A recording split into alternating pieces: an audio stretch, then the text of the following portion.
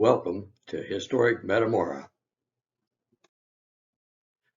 Before we begin, let's take just a minute to talk about how to watch this video. Each slide will tell you a little bit about Metamora. To stop and look at the picture, just hit the pause button. When you're ready to move ahead, hit the go button. You will be getting driving instructions to the next stop. You can rewind the video or move ahead at any point. Your starting point is the Metamora Square. Before we start, allow me to read an article from the Metamora Sentinel dated February 10, 1898. Quote, Metamora, formerly the county seat of Woodford County, and should be now, is situated almost in the center of the county, 18 miles northeast of Peoria. The present town site was settled in 1842.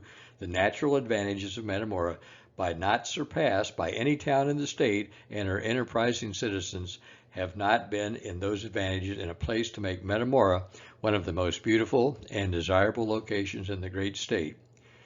Metamora is located on a high, dry, gently undulating plain, thus ensuring perfect natural drainage, while at the same time it is rich and productive, giving every citizen the opportunity to have his own private garden of beautiful flowers, delicious small fruits, and vegetables. We have the most beautiful park in the state outside of Chicago. Continuing our quote, Metamora has a public school of which to be proud. The school building is a large two-story brick structure, comfortably seated and furnished with all modern appliances. The school, which has an enrollment of 200 pupils, is classified into 12 grades and has been for several years under the management of Professor Bogardus, an experienced educator, and assisted by 3 efficient teachers. People from the county or from a distance who wish to move to town to educate their children will find that Metamora's graded schools stands in rank as an educational institution. Are the Carpenter House, owned and managed by James Hall, and the Metamora House, owned and managed by Thomas Spears. The Metamora House is where Lincoln stayed while attending court.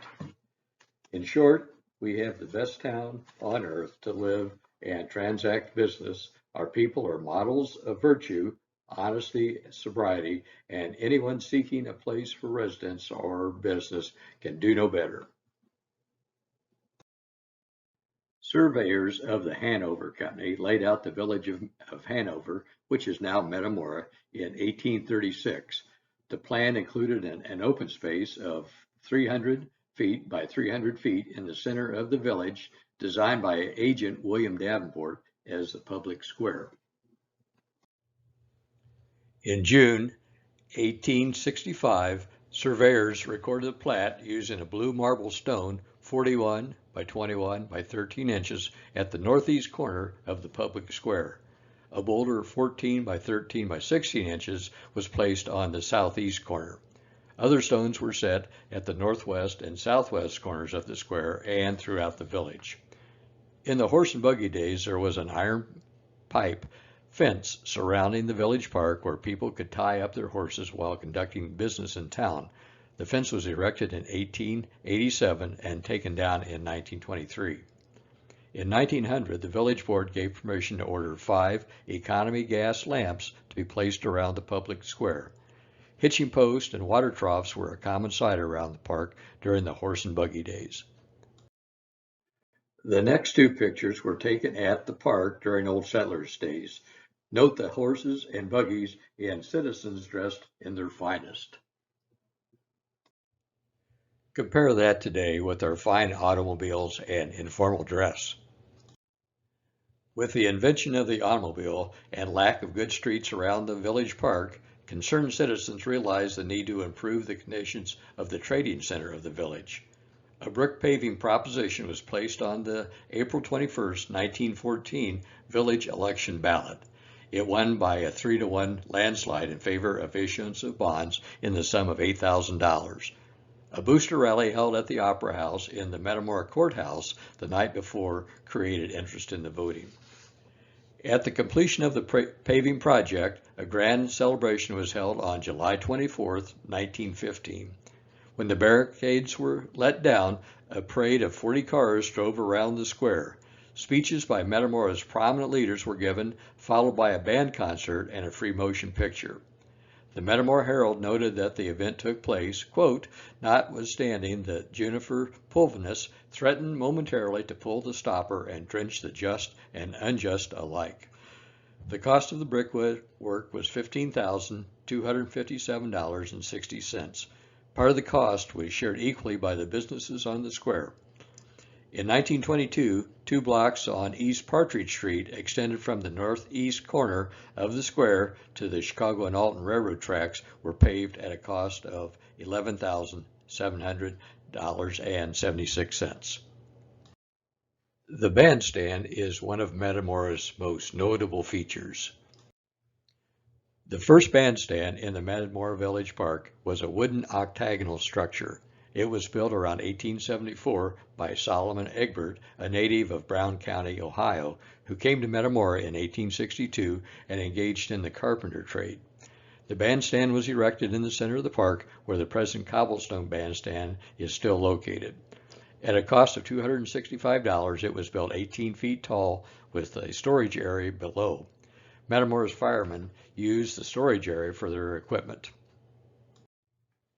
According to the writing on this picture, this was taken August 27, 1908, during the celebration of Lincoln Douglas Day to commemorate the fact that both men had spoken at a gathering during their 1856 Senate campaigns.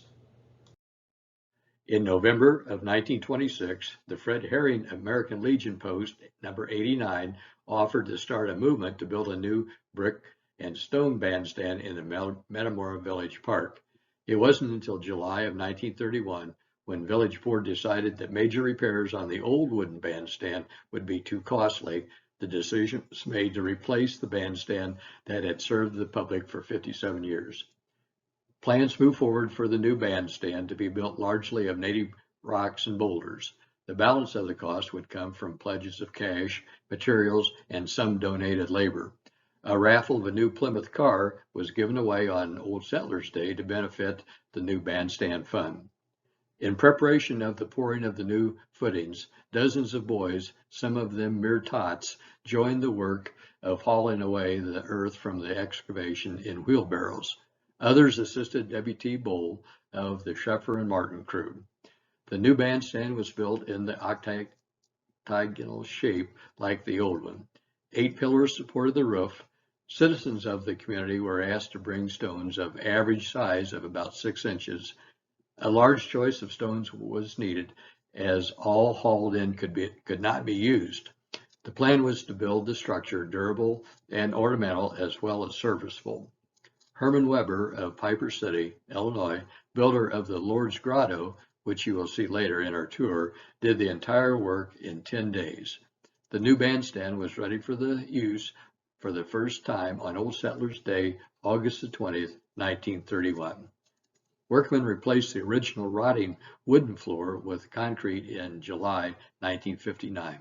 The wooden floor torn out was the original floor built into the bandstand in 1931. This was the first major work done in 28 years. It was in 1905 that Old Settlers spoke from the original, quote, new, handsome, and trim structure, unquote, for the first time. The speaker stand structure, 16 by 16 feet, was built on the west side of the park, facing the bandstand. A square shingle roof served to make the stand ornamental as well as useful. Most of the labor to build the stand was donated, so the speaker stand only cost $150. John Powell, Henry Heininger, and Henry Martin were the leaders in the movement to build the structure. The original speaker stand was raised in 1954 to make way for the construction of a new entertainment platform. That entertainment platform is the one you see today, and the cobblestone look was built to match the bandstand. Today, the platform serves both the speaker stand and an entertainment center. Like the bandstand, the new speaker stand was built mainly by generous contributions from local organizations and private citizens. Presentation of the new platform was made by Ray J. Schertz of the Metamora Bank, with Mayor Chris Weedman accepting the gift on behalf of the village. In June of 1988, Workmen covered the platform with a slant roof. In 1921, Congressman Frank H. Funk of Bloomington introduced a bill for the donation of one German cannon from the store of such arms captured during World War I. In August, the barrel of the cannon arrived. The barrel was a 3-inch rifled muzzleloader, model 1861. It was shipped from an arsenal in New Jersey. The trucks arrived a few weeks later. They were of the 1895 type, undoubtedly having made for service in the Spanish-American War. In October of '42, during Metamora's third scrap drive for World War II, a parade was held to celebrate the success of the scrap drive. The old cannon from the park, mounted on a truck with an old church bell, headed the parade. Both had been consigned to the scrap drive for the war effort. At the Memorial Day service, May 26, 1991, the Avenue of Flags was displayed for the first time in the Metamora Village Park in the square. 39 flags line the front and sides of the park. Each flag is flown in honor of a veteran. The 77 names of those who purchased flags were encased in a display stand on the south side of the park. The second shipment of flags did not arrive in time for the display. This is still an active project. By April 2005, there had been over 200 flags purchased. Weather permitting, they fly on Memorial Day, 4th of July, and Veterans Day. The flags are a beautiful addition to our park. Another attraction to our beautiful village square was added on Saturday, August 22nd, 2009, when life-size bronze statues of Abraham Lincoln and Melissa Goins were unveiled. This concluded a fundraising effort by the Woodford County Historic Society. A goal of $102,000 was reached, and the event in celebration of the bicentennial of Abraham Lincoln's birth was planned. The Looking for Lincoln Wayside Station, looking north past the statues towards the Metamora Courthouse, tells the story of the well-known case of Lincoln and Melissa Goins. It reads, quote, Melissa Goins, a 70-year-old woman accused of killing her abusive husband, 77-year-old Roswell, earlier than that spring. Roswell died from a blow to the back of the head, which Melissa had alleged to have inflicted with a piece of firewood. Town legend claims that many felt sorry for Melissa and did not want to prosecute her. While in the custody of the sheriff, she somehow was able to escape. A bailiff accused Lincoln of chasing her off, but in one version of the story, he told the judge, Your Honor, I did not run her off. She wanted to know where she could get a good drink of water, and I told her there was mighty good water in Tennessee. No effort was made to bring her back. This was the last case Lincoln tried on October 10, 1857, at the Metamora Courthouse. Also, the event is told by Daniel Day-Lewis as Lincoln in the 2012 movie simply entitled Lincoln. On the far south side of the square, facing Mount Vernon Street, also known as Route 116, there stands the Honor Roll Memorial. The Honor Roll Memorial, funded by the Lions Club, was built in the Metamora Village Square in October 1942. The plan selected for the cobblestone memorial was 8 feet high, 16 feet wide. The base and frame for the honor roll surface were constructed of native stones, which were gathered by local citizens. Herman Weber did all the masonry work. It has been updated with new names for those who served in more recent military. Next to the honor roll, on the south side of the square, just west of the Metamora Village Park event board, the event board was dedicated to the memory of Willis Rimley in 1988. Mr. Rimley, who died in February of '88, was in charge of the concerts in the park for many years.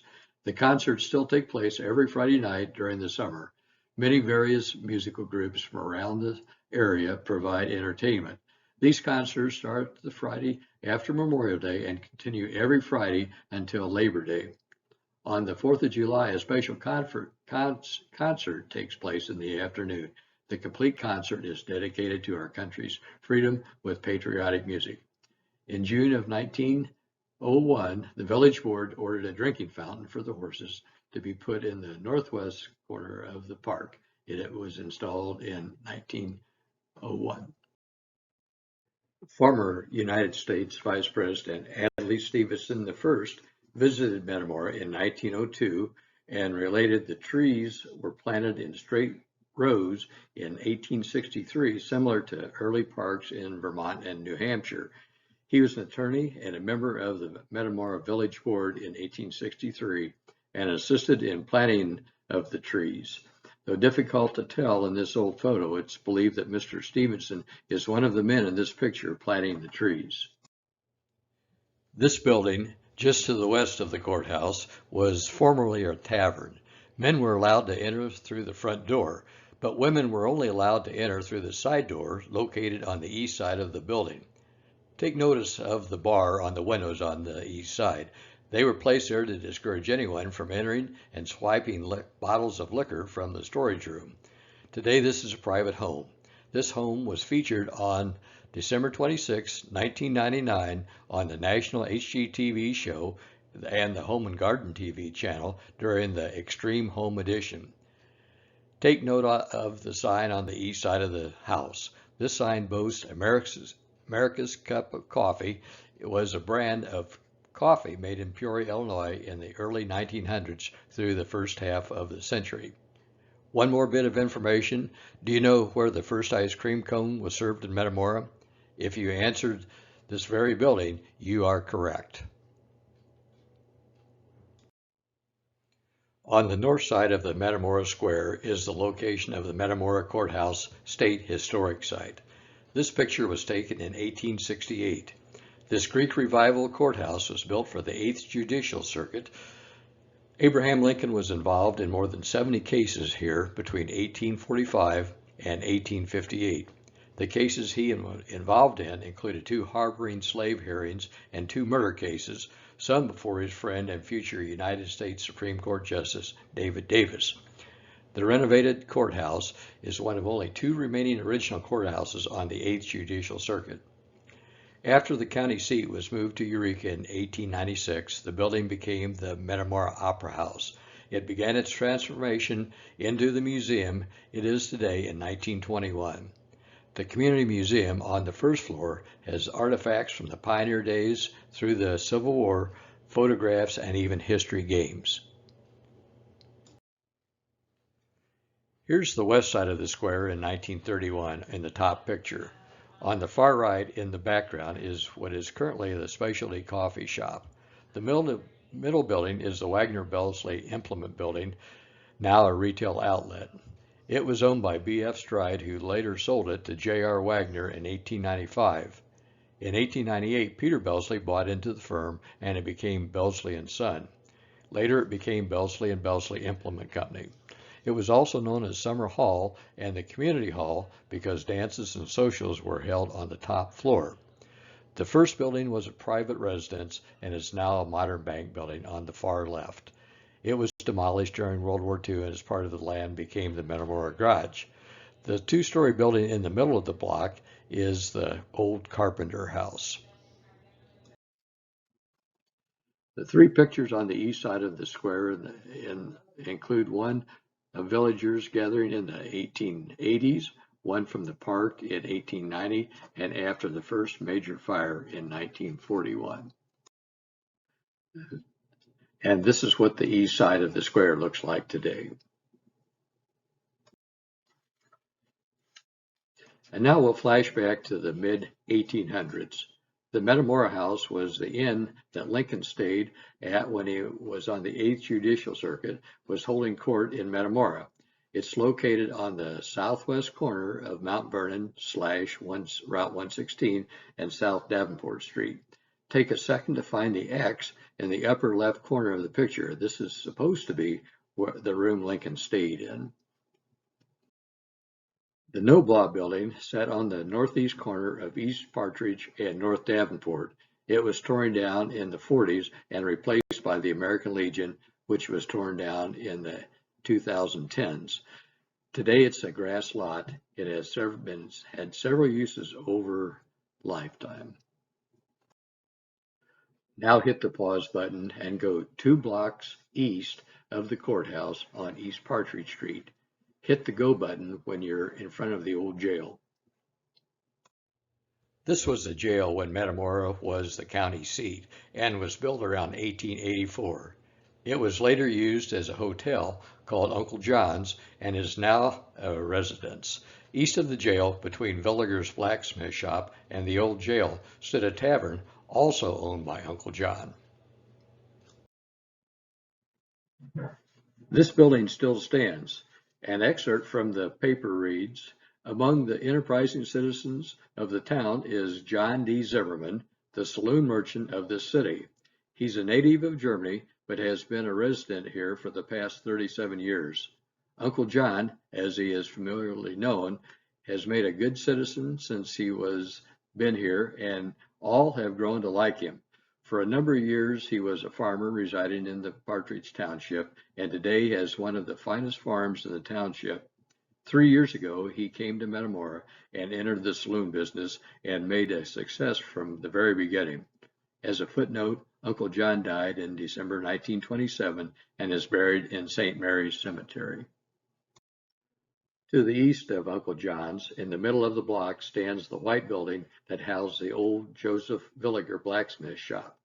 Mr. Villiger's obituary reads as follows: Joseph Villiger, blacksmith, March 15, 1874 to March 20, 1945. He was born in Switzerland.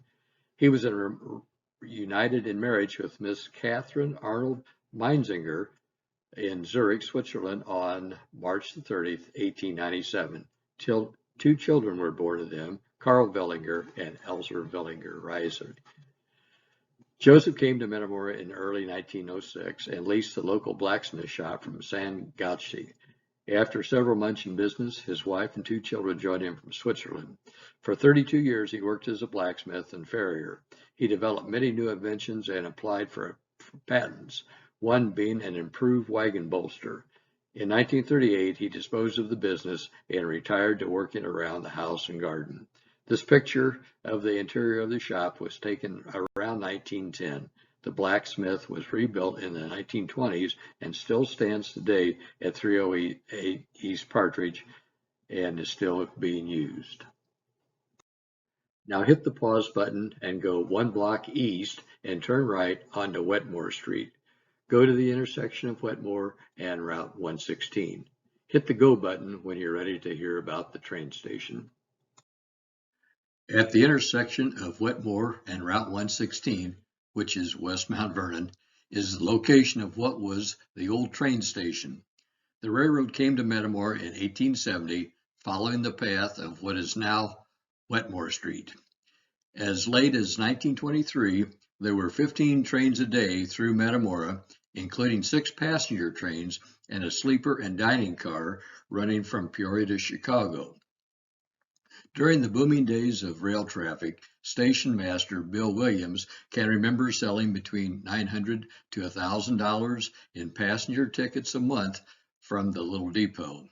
At times, he was forced to lock the doors to his office to keep the people crowded on the platform from coming in. In those days, a ticket to Peoria via Washington was 65 cents. Sadly, as happened in many small towns, the train stopped and the tracks were removed around 1979, but many in town still remember the sound of the train and its whistle as it passed through. Now hit the pause button and go west on Route 116 to Menard Street and turn south. Go 1 block to the intersection of Menard and Walnut. The Stevens House is located at 104 West Walnut. Hit the go button when you're ready to hear about the Stevenson House. This building is the former home of Adlai E. Stevenson, the first vice president under Grover Cleveland from 1893 to 1897. The 1840 census shows George C. Lemon as owner of what is now known as the Stevenson House. George was a local physician and shared the home with 5 others, his wife Anna, and 1 son and 3 females. Dr. Lemon is still listed as the owner in the 1850, 60, and 70 censuses. The 1860 census lists the occupation of his 29-year-old son, George Jr., who lived in the home as, quote, gentleman. Also listed is 15-year-old domestic, a 11-year-old Freedom Amesbury, and 9-year-old Louisa Amesbury. The home was occupied by Adlai Stevenson I, a Metamora attorney who eventually served as President of the United States under Grover Cleveland from 1893 to 1897. Stevenson owned the house from 1866 to 1868 when he moved to Bloomington. Built in the late 1830s or perhaps the 1840s, Mr. Stevenson moved into the home after his marriage to Letitia Green. According to local legend, Mrs. Stevenson was a beautiful and cultured lady who did not like the rough ways and muddy streets of Metamora. Her dislike of the town prompted their move to Bloomington.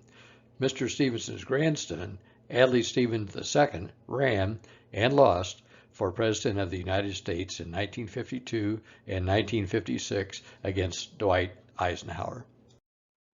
Now hit the pause button and go 1 block west on Menard to Hanover. Take a left onto Hanover, go 2 blocks to Pine Street, take a right onto Pine, go about a half a block for a quick left turn onto Francis Street. Go 2.5 blocks to the Lincoln Douglas Park. Hit the go button when you're ready to hear about the Lincoln Douglas Park.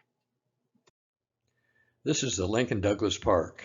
The historical significance of the park is commemorated by Lincoln Douglas Boulder Marker, the spot where Abraham Lincoln and Stephen Douglas gave their campaign speeches for the 1856-58 Senate race.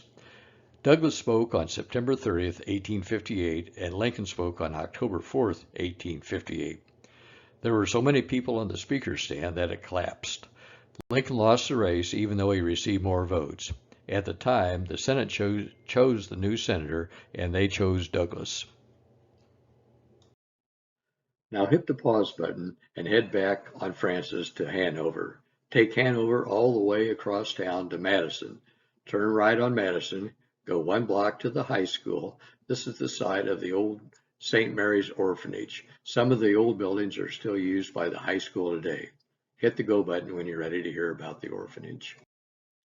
St. Mary's Orphanage in Metamora was established in 1877 by Archbishop Spalding. In 1908, part of the orphanage was replaced with an addition costing over $20,000. In 1913, the current bishop, Bishop Dunn, decided to move the orphanage to Peoria. It was named Guardian Angel Home and located on Heading Avenue. The orphanage was sold in 1915 to Metamora High School. Parts of the building are still in use today. Here's Metamora High School today. And now for your reading enjoyment and maybe a good laugh, we have included the teacher contract from 1923. Woodford County Teacher's Contract, 1923. The teacher will receive $75 a month for 8 months. Miss Blank agrees. Number 1. Not to get married. This contract becomes null and void immediately if the teacher marries. 2. Not to keep company with men. 3. To be home between the hours of 8 p.m. and 6 a.m. unless in attendance at a school function. 4. Not to loiter downtown in an ice cream store. 5. Not to leave town at any time without permission of the chairman of the Board of Trustees. 6. Not to smoke cigarettes. This contract becomes null and void immediately if the teacher is found smoking. 7. Not to drink beer, wine, or whiskey. This contract becomes null and void immediately if the teacher is found drinking beer, wine, or whiskey. 8. Not to ride in a carriage or automobile with any man except her brother or father. 9. Not to dress in bright colors. 10. Not to dye her hair. 11. To wear at least 2 petticoats. 12. Not to wear dresses more than 2 inches above the ankles. 13. To keep the schoolroom clean. A. Sweep the classroom at least once a day. B. Scrub the classroom floor at least once a weekly with hot water and soap. C. To clean the blackboard at least once daily. D. To start the fire at 7 a.m. so the room will be warm at 8 a.m. when the children arrive. And 14. Not to use face powder or mascara or paint the lips. Now hit the pause button and head west on Madison. Take a left onto Madison and go 2 blocks. This is St. Mary's Church. Hit the go button when you're ready to hear about the church. St. Mary's, Our Lady of the Seven Sorrows, Metamora, was established in 1863 when Mass was offered in the Metamora Courthouse. The church was built in 1864 and enlarged and dedicated in 1877. The first school began in 1875 with Charles Werner, a parish member, as teacher. Today, St. Mary's Grade School is the only Catholic school remaining in Woodford County. The picture on the right was taken from the air in the 1940s. St. Mary's maintained a vineyard and raised crops where the current ball fields now lie. This is the old St. Mary's School. Hit the pause button, take a left onto Chatham, the street between the church and the school, and go 2 blocks west to Washington Street. Turn left onto Washington and go 2 short blocks to Progress. Turn right onto Progress, head west to the second stop sign. This is St. Mary's Cemetery. Hit the go button when you're ready to hear about the cemetery. In June 1867, St. Mary's purchased 1 acre of land for $100 from John Warren to be used as a cemetery. In July 1907, an additional 4.05 acres was purchased by Bishop Spalding for $404. In 1934, Raymond Schneider bequeathed funds for a well. The entry was built by Herman Weber. Many of the first residents were buried here. Among those interred were 2 ladies aged 105. There are 2 unique elements in the St. Mary's Cemetery. The picture on the left is of the 12 stations of the cross that commemorate several events that occurred on the day of Jesus' crucifixion. On the right is an altar dedicated to a Franciscan priest named Arnold Heinzmann and surrounded by the graves of several priests who served St. Mary's Metamora and one who served St. Mary's of Lourdes. They served away from here, but also wanted to come back here to be buried. Okay, now hit the pause button, take a right onto Coalbank Road and go approximately 1/2 mile to Oakwood Cemetery. It's on your left. Hit the go button when you're ready to hear about Oakwood Cemetery. Oakwood Cemetery is the resting place for many of the first residents of Metamora. Established in 1869, some of the earliest graves were originally located near the current Hallmark plant on the east and north side of Metamora. They were relocated to Oakwood due to the construction of the railroad in the early 1870s. 2 participants of the Underground Railroad, Norman Dutton and George Kern, are buried here. Their burial sites will be commemorated with special markers in May 2022. As you enter the cemetery from the south entrance, you will see this stone monument dedicated to the war veterans. Many of the graves on the west side are even more historic. In the area called Page Point, you'll find some graves prior to the year 1869. They're the grave sites of John Page family who came from Gilmanton, New Hampshire in the early 1800s. Also, there are the graves of John Wilkerson and the Joseph Clark families from the early 1800 era. There are also family plots like those of the Bassett and Rich families. One particular interest is the grave of Franzer Bassett, who served with Company C of the Illinois Infantry during the Civil War. Okay, hit the pause button, turn left back onto Coalbank Road, and you'll be headed north. Go about 1/2 mile to Black Partridge Park, and it will be on your left. Go ahead and turn into the park, and there might be times that the gates are closed, but park in the parking lot near the entrance, but you can walk around the gates. Go ahead and hit the go button when you're ready to hear about the Black Partridge Park. Black Partridge Park is the premier piece of the Metamora Park District. It's a 450-acre park that features playground equipment, pavilions available for reservation, athletic fields, baseball, softball, and JFL football, and hiking and biking trails. The park was purchased from the Fond du Lac Park District in a deal arranged by philanthropist William Rutherford. The park is a spectacular hiking trail through the ravines and forests. If you're looking for something really special to do, come out with your hiking shoes. There's enough varying lengths of trails, no matter how far you'd like to go. The Lee Log Cabin was built in Worth Township, which is in the Spring Bay, Germantown area.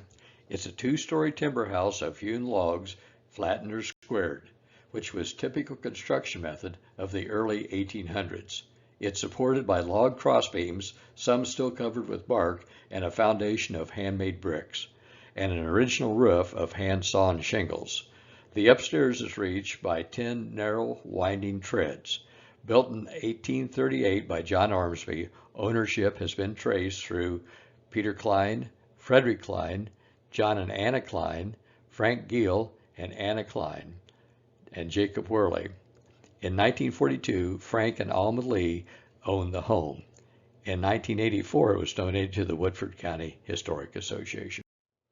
Okay, hit the pause button.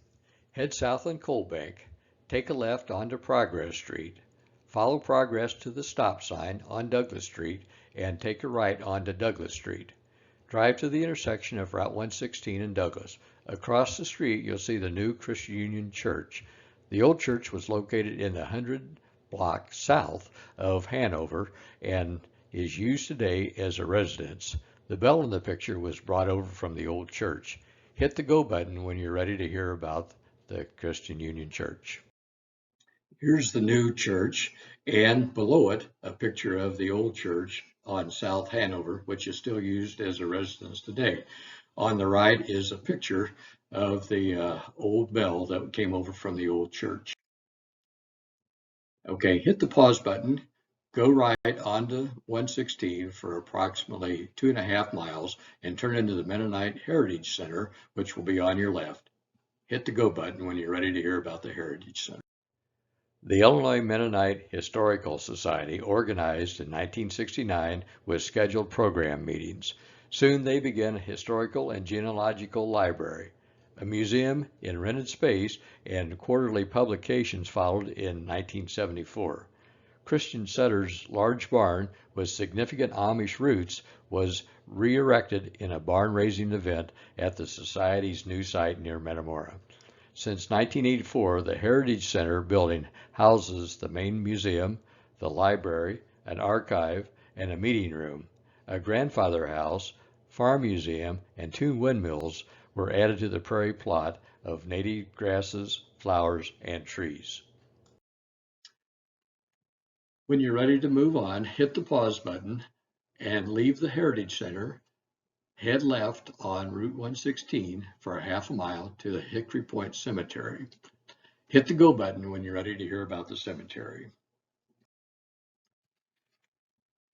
When death came to the early Amish pioneers, they were buried on farms which they had settled and transformed from timbered wilderness to productive homes. In 1845, Johann Ginrich, one of the early Amish pioneers, died. Johann's sons and daughters buried their father on their farm. In 1859, Johann's wife, Barbara, was buried beside him. In the meantime, other Amish families in the community had begun to use this land for burial, and within a few years, this became one of the prominent cemeteries for Partridge Creek congregation and continues today as the Hickory Point Cemetery. In the northwest corner, you'll find some of the earliest burials. Tombstones include Christian Smith, born 1800, George Summer, 1801, Charles Smith, 1806, Jacob Stein, 1808, and John Summer, 1835.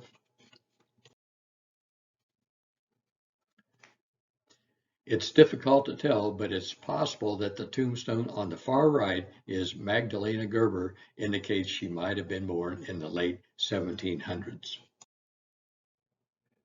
Before leaving Hickory Point, here's a bit of interesting history about the area. No longer standing, in 1862, there was a small community called Hickory Point around the intersection that is now Route 116 and Hickory Point Road. It included a store and a tavern and later a school. About halfway between Hickory Point Road and the Lourdes Road, on the south side of the road, was the original Amish Mennonite Church. Located approximately a half mile west, just off 116 on the south side of the current road, was the old brick Mennonite church. The local Mennonite church dates back to 1833 when Christian Bishop Christian Engel, the first Amish bishop in America west of the Ohio, was instrumental in its organization. Most of the early members came from Alsace-Lorraine, France. Services were held in homes until 1854 when the brick church was built. The church also obtained land for a cemetery just a short distance east of the church. It just now is still known as Hickory Point Cemetery. The church was used until 1889 when a new Mennonite church was built 1 mile east of Metamora. Now hit the pause button. Head west on Route 116. Go 1 mile and turn right onto Lord's Road. This is the site of the former Union House. Hit the go button when you're ready to hear about the old inn. This is the Union House. Located at the site of the current state police headquarters, the Union House was a stop for travelers between Peoria, Metamora, and Kankakee from 1855 to 1900. Built by William Hosher in 1855, it burned in 1868, was rebuilt in 1870, then purchased and enlarged by Peter Allig in 1878, and operated until 1900. This location was on the mail coach route as far back as 1838. It was raised in 1963 for construction of the state police headquarters. Directly to the east of the Union House was a stockade that was built as a defense against the Indians. Though no longer standing, the following is a quote from the 1878 history of Woodford County. Quote, "It is, however, pretty generally admitted that half a century or more has passed since 1823 to 1824, since the settlements were first made in this section and within less than a mile of the present village of Metamora. Daniel, William, and Solomon Sowards were supposed to have been the first settlers in this neighborhood and believed by some to have been here as early as the date mentioned. Daniel, who was the oldest of the three boys, perhaps was the first to come to this wilderness. He built a block house but a short distance from the present residence of Mr. Yeager, which is the brick house across the road, as protection against the Indians, who were numerous at that time, but apparently harmless and peaceably disposed. The old block house stood for many years as a relic of pioneer days." When you're ready, hit the pause button, head north on Lord's Road to the T, and take a left onto Santa Fe Road. Go west about 1 mile to Lord's Church Road, where you'll jog to the right. Follow it to the Lord's Church. Hit go when you're ready.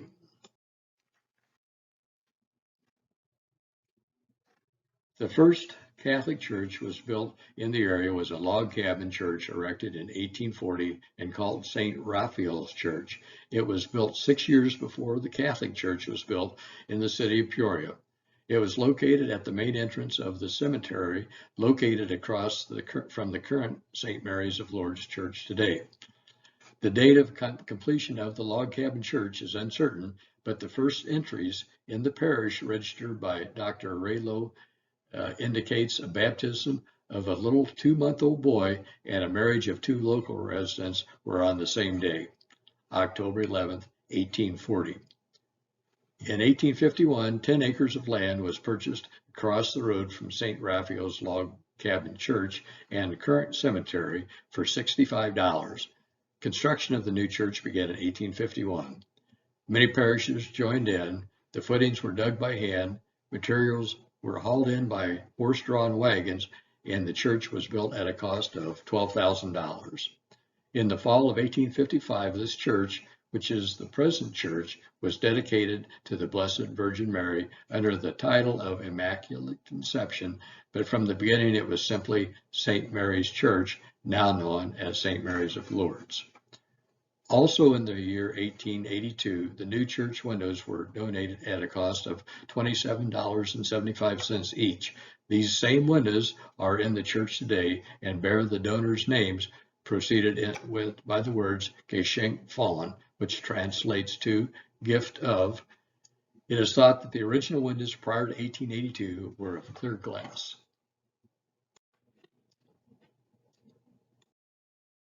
The first rectory was built in 1854 while the new church was being built. The Grotto of the Blessed Virgin Mary was erected in 1828. Parishioners gathered and hauled in beautiful rocks and boulders from the creeks and streams to build the grotto. From these, H. Weber, a brick mason of Piper City, Illinois, who we mentioned earlier in our tour, created the grotto as it stands today. It's a common misconception that the parish is named St. Mary's of Lourdes because of the grotto. The hill on which the shrine is situated overlooks farms, fields, corn and grain, a growing number of houses, and a sprinkling of animals and a panoramic view of the Illinois skyline. Here, one of the solitude is of this unique setting.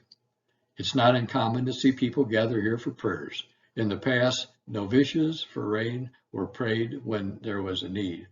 The Ladies' Society preceded some of the meetings by reciting the rosary at the grotto, and pilgrimages were held annually by the Lebanese people and the Blue Army. A new parish center was planned from 1996 to 1997, and in January 1998, plans were to be drawn. Fundraising was started in March, and by mid-June, sufficient pledges had been attained, so Bishop Myers of the Peoria Diocese gave permission to begin construction.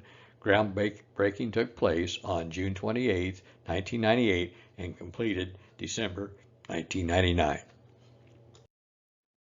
St. Mary of Lourdes Cemetery sits on the opposite side of the church just before you get to the church. There are many tombstones of earlier pioneers and members of the church, including two shown here, are both born in the 1870s. This slide was provided for you to read a little bit more about the history of the Lourdes area. Hit the pause button to complete your reading, and when you're finished, hit the go button to move to the next slide.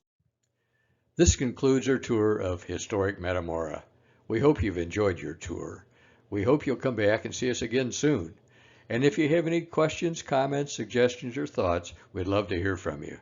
Comments can be left at www.historicmetamora.com. Thanks again, and hope to see you soon. This tour is dedicated to the memory of longtime resident Shirley Corey.